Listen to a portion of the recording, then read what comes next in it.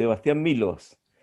Buenos días, Hernán. ¿Qué tal? Qué Un gusto. dirigente cultural que salta a la palestra de la política, ¿ya? ¿Cómo Sebastián, de fuerza cultural, de una reflexión más bien enfocada en la constituyente, ahora toma este desafío de abrirse campo en el nuevo Parlamento?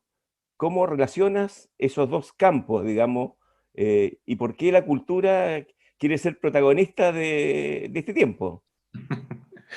Chuta, da para horas la respuesta.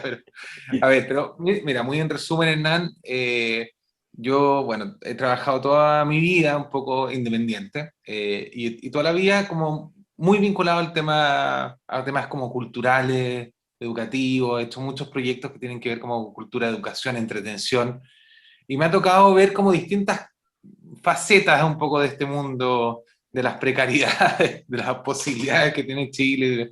Y bueno, y ha sido súper interesante con ese aprendizaje.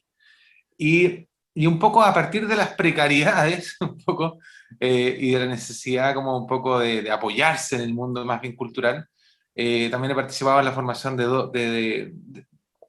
principalmente de un gremio, de IMI Chile, Industria Musical Independiente, y soy parte de otro que se llama Mustach, que es de tecnologías en la música, o sea, súper específico, donde en el fondo, básicamente ahí estamos agrupados mucha gente que de alguna manera como que necesitamos apoyo porque en realidad hay muchas dificultades para, bueno, para desarrollar proyectos, todo el tema de la concursabilidad, sabemos que también, no sé, pues todo el mundo, como la cultura vive como bien al 4, sin capacidad de ahorro, sin cero protección social, etcétera, ¿ya?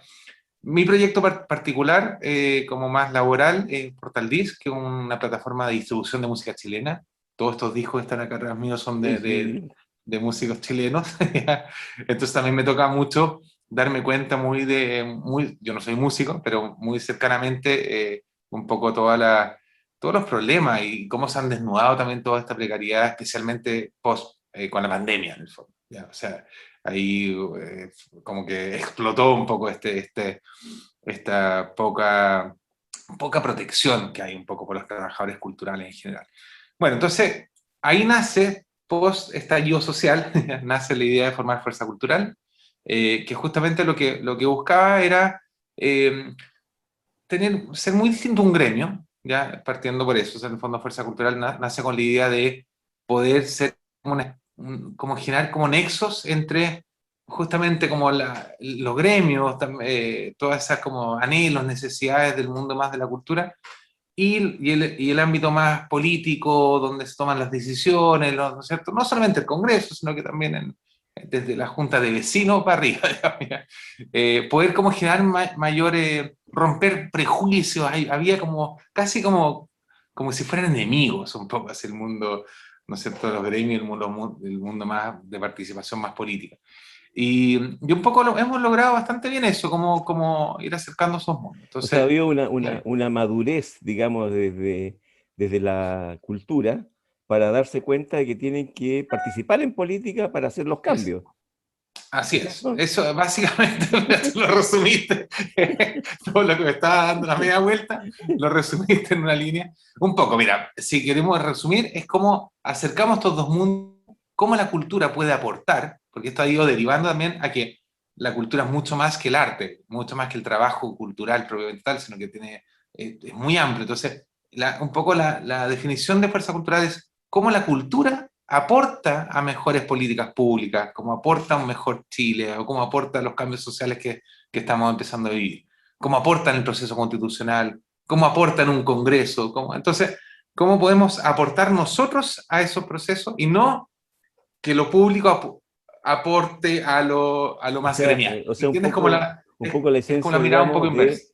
de la cultura desde la base hacia arriba, empapándolo todo, y no un dirigismo cultural hecho por el ejecutivo de turno o el alcalde de turno, ¿verdad? Sino que liberarse de esa verticalidad, irrumpiendo, digamos, con fuerza. Ahora, en eso hay una sintonía también del mundo independiente, que no es sinónimo de apolítico, independiente de los partidos, pero con una gran preocupación cívica, ciudadana, que tiene acciones en los territorios, como se suele decir ahora, en las comunidades, en las juntas vecinales, los barrios, etc. Pero tú para saltar a la política tienes que hacer una alianza. Y entiendo que Dignidad ahora ha sido la coalición que ha acogido a muchos independientes y personas que vienen de las fuerzas sociales químicamente puras, es decir, no militantes de partido. ¿Cómo se da esto allá en tu distrito? ¿Cómo se configura tu candidatura? Bueno, me invitaron a tomar una cerveza en Plaza Ñuñoa, ¿no es cierto? Un amigo ahí del Partido de Igualdad, y sin tener la menor idea que me tenía una invitación muy inesperada, pero muy, en el fondo, emocionante, que me dice, oye, Sebastián, ustedes con Fuerza Cultural ya tienen casi 2 años en el fondo, generando una comunidad muy diversa en todo Chile, todo eso, con enfoque en la cultura muy claro, con un concepto muy visible, en el fondo. Entonces, nos gustaría invitarte a que presenten candidaturas desde Fuerza Cultural, independientes, en la lista que estamos formando junto al Partido Humanista, el Partido Igualdad, el Partido Humanista, estaban formando la lista Dignidad Ahora, que ya había existido para la elección anterior, para la elección municipal. Y ya habíamos tenido también desde Fuerza Cultural algunas candidaturas a concejales. Pero claro, concejales como son miles, no era, claro, no era tan difícil, ¿no? Pero ya que nos invitaron a proponer candidatura a diputados, era como, chuta, esto se viene en serio. Y fue, bueno, emocionante, pero ahí había que ver si había gente dispuesta.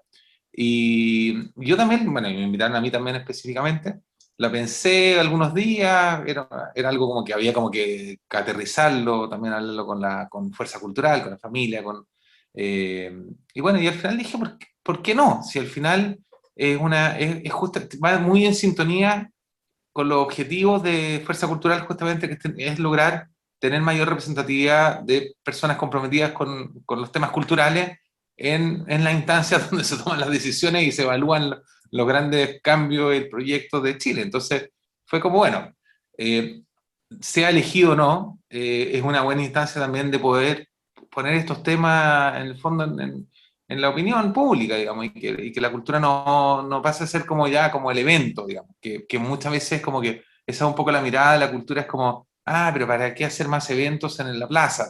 No es, la cultura no es el No. evento en la plaza. Hay El evento en la plaza sí es cultura, pero una, no, no una solamente. pregunta ahí en ese aspecto, porque hacer cultura siempre se dice ya, esta es poesía, y dice, el que es poeta no es aterrizado, digamos, es iluso, es ingenuo, ¿ya? Es de utopías maravillosas, pero sin aterrizaje. ¿Cómo te imaginas tú como parlamentario, ¿verdad? ¿Cuál sería tu rol en términos de aporte genuino a políticas públicas en términos genéricos? Porque también, lógicamente, podemos cambiar el lenguaje, pero si no cambiamos el fondo, va a seguir siendo lo mismo. O sea, ¿cómo evitar que los cambios queden en un gatopardismo y no sean cambios estructurales? Y desde el punto de vista de la cultura, ¿cuál sería el aporte tuyo como parlamentario en ese ámbito? Bueno, en primer lugar, a nivel como institucional, hay que cambiarlo, yo diría que transformar todo. O sea, así partiendo por el Ministerio de la Cultura, de las culturas, las artes y el patrimonio. O sea, yo yo diría que se me olvidó mencionar, pero mi mayor experiencia más cercana, un poco lo que podía ser participar en el Congreso, es haber sido consejero de la música durante 4 años en el Ministerio de las Culturas. Hasta hace poquito, terminó mi periodo de 4 años en octubre del año pasado, o sea, hace menos de un año. Y bueno, y ahí entonces me di cuenta que el ministerio, si bien hay gente muy valiosa adentro y por supuesto que las personas, hay personas muy bien intencionadas y todo, el ministerio como estructura es un desastre, así por decirlo. O sea, es como más bien frustrante, porque en el fondo está muy atado de manos. finalmente pasa a ser como casi un organismo como administrador de fondos, de recursos, de concursos, y no es lo que uno esperaría de un ministerio, ¿no es cierto? O sea, el ministerio debería ser un ministerio de las culturas, las artes y el patrimonio, debería ser un ministerio modelo, un ministerio acompañador, un ministerio educador, no sé, debería tener como una prestancia, no de un organismo como administrativo, en el fondo, o sea, debería estar como un eslabón más arriba, digamos. Tal como la cultura debería estar debería ser como el paraguas de todo, el Ministerio de las Culturas debería estar también como con una mirada más como superior un poquito a este como edificio, esta como caricatura del ministerio como un edificio como de administración de recursos solamente, ¿ya? Y justamente estos 2 años, yo diría que el ministerio es muy desaparecido, o sea, siendo además 2 años muy críticos en todos los ámbitos de la cultura, pero también en el trabajo en cultura en particular, y no ha estado presente, o sea, más allá que haya administrado los concursos y los fondos que dispone, en el fondo no ha habido la propia ministra, o sea, yo creo que está muy al debe en ese sentido, ¿ya?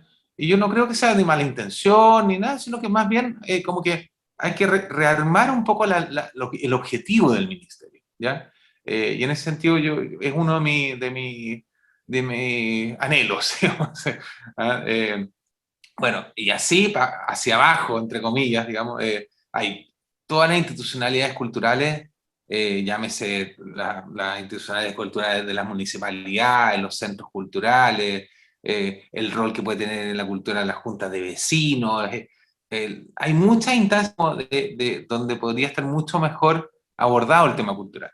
Eh, y justamente sacarle un poquito esa connotación como cultura, plata para pagar el escenario o mantener el teatro. Que está bien, que obviamente hay que hacerlo, pero hay que mirarlo como con mucho más altura y mira el tema de la cultura. Bueno, tiene que ver como con la protección de las identidades de los territorios, ¿no es cierto? O sea, hay todo el tema de los oficios, hay mucha como de la protección también del patrimonio inmaterial, bueno, hay muchos temas que en el fondo se podrían abordar mucho mejor. Entonces, ese es un poco como uno lo eje, digamos, o sea, cómo dignificar, mejorar, cómo darle mucho más prestancia a la cultura en en todos los estamentos, digamos. Y por otro lado, también, cómo la cultura, ya lo habíamos mencionado un poco, pero también es como un eje muy importante, cómo la cultura también devuelve la mano, de alguna manera, y aporta en otros ámbitos, digamos. O sea, la cultura tiene mucho que aportar en vivienda, en salud, en educación, en todos los temas como país, por supuesto en ciencia, bueno, etc. Entonces, y ahí también hay un desafío enorme porque como que eso yo creo que como que no se ha aterrizado realmente cómo la cultura tiene que estar mucho más presente en esas decisiones, en esos temas que normalmente se toman solamente con criterios económicos, jurídicos, administrativos, los que sean, técnicos, digamos, medioambientales, y bienvenidos, obviamente, también pasa a ser un criterio, que en los últimos años, ¿no es cierto?, eh, pasa a ser casi una exigencia, pero en términos del efecto que tiene en cultura, muy poco. Entonces ahí hay también otro desafío. Y lo tercero, que es medio conceptual, pero también muy concreto, es cómo lograr dar una representatividad concreta, vinculante, digamos, a todas las instancias como más intermedias de participación. Porque el Congreso intenta legítimamente ser un órgano representativo de las diversidades de Chile, ¿no es cierto? Y por eso hay todo un mecanismo de elección y que asegura una diversidad territorial y todo eso.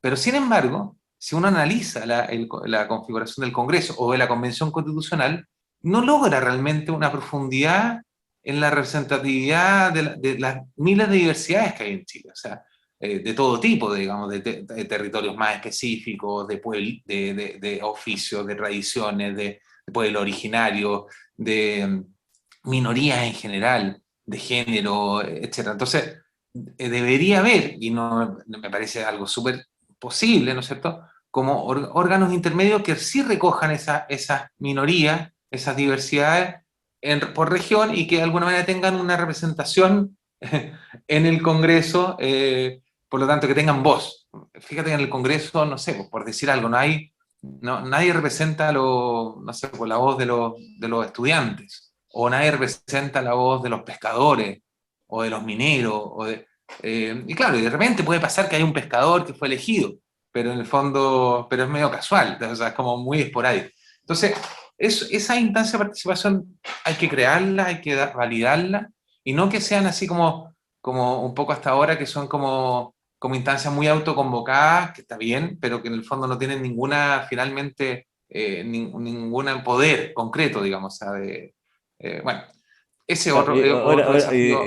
¿cómo, en este mismo orden de ideas, cómo sintoniza tu postulación a un parlamento con lo que está ocurriendo en el momento constituyente de Chile? O sea, ¿cuál va a ser la impronta de ese parlamento, a tu juicio, respecto a lo que vaya surgiendo? Porque este parlamento supuestamente va a acompañar lo que va a ser el plebiscito de salida y posteriormente la Implementación. implementación de las leyes, ¿verdad? Entonces, ¿cómo vinculas tú esos dos espacios, estas dos dimensiones que están caminando en paralelo, pero con una serie de interrelaciones que van a ser cada día más vivas?